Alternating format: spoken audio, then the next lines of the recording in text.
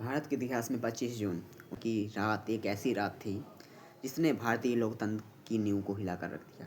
उस देश की जनता सोई लोकतंत्र में थी और अगली सुबह जागी एक ऐसे भारत में जहां बोलने की आज़ादी, लिखने की आज़ादी और सोचने की आज़ादी तक छीन ली गई। यह था इमरजेंसी, जिसे भारतीय इतिहास का सबसे अंधकारमय दौर कहा जाता है। 1970 के दशक के मध्य में भारत बहुत कठिन दौर से गुजर रहा था।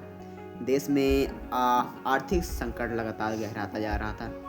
महंगाई तेजी से बढ़ रही थी, बेरोजगारी फैल रही थी और आम जनता परेशान थी।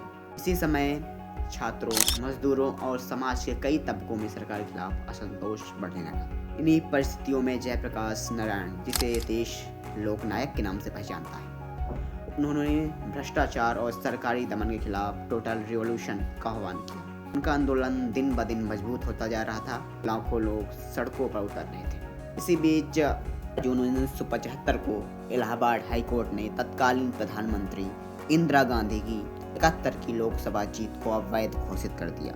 कोर्ट ने उन पर चुनाव में सरकारी मशीनरी के दुरुपयोग का आरोप साबित माना और उनकी सांसद पद की सदस्यता रद्द कर दी। निर्णय के तुरंत बाद विपक्ष ने एक स्वर में मांग की, इंदिरा जी इस्तीफा दीजिए। लेकिन सत्ता का समीकरण पलट गया। इस्तीफे के दबाव को खत्म करने और सत्ता बचाने के लिए इंदिरा गांधी की सरकार ने रातों रात एक ऐतिहासिक और विवादित फैसला लिया। 25 जून 1975 की आधी रात पति फरुद्दीन अली अहमद ने इंदिरा गांधी की सलाह पर संविधान के अनुच्छेद 352 के तहत इंटरनल डिस्टर्बेंस का हवाला देकर इमरजेंसी की घोषणा कर दी। देश की जनता को फैसले की भनक तक नहीं लगी। आधी रात को बिजली काट दी गई, समाचार पत्रों को घेर लिया गया, सोशल मीडिया हाउसों पर तार लगा दी गए और बिना सरकारी अनुमति के कोई खबर प्रकाशित करने पर प्रतिबंध लगा दिया गया। अगली सुबह जब देश जागा तो अखबारों के पन्ने लगभग खाली थे। इमरजेंसी के लागू होते ही देश में नागरिकों के मौलिक अधिकार यानी कि फंडामेंटल राइट्स निलंबित कर दिए गए।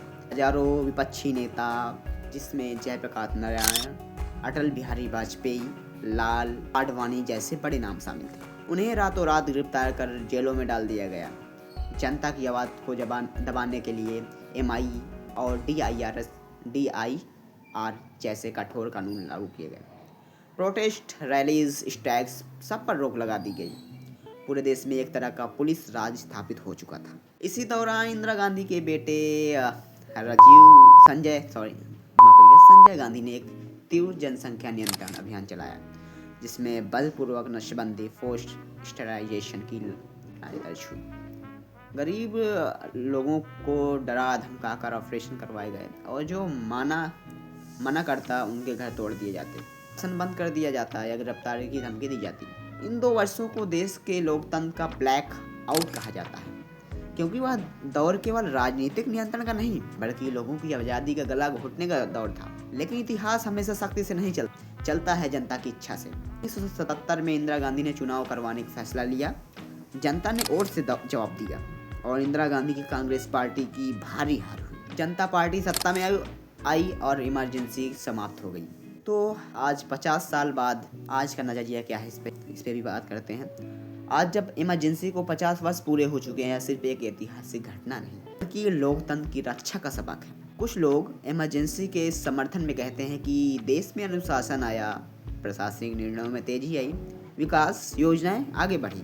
लेकिन इतिहासकारों और ज्यादा विद्वानों की राय साफ है, यह संविधान और लोकतंत्र के दुरुपयोग का सबसे बड़ा उदाहरण था। मीडिया फ्रीडम और ह्यूमन राइट पर सबसे बड़े भीषण हमला था। यह दिखाता है कि जब जनता चुप हो जाती है तो सत्ता निरंकुश हो जाती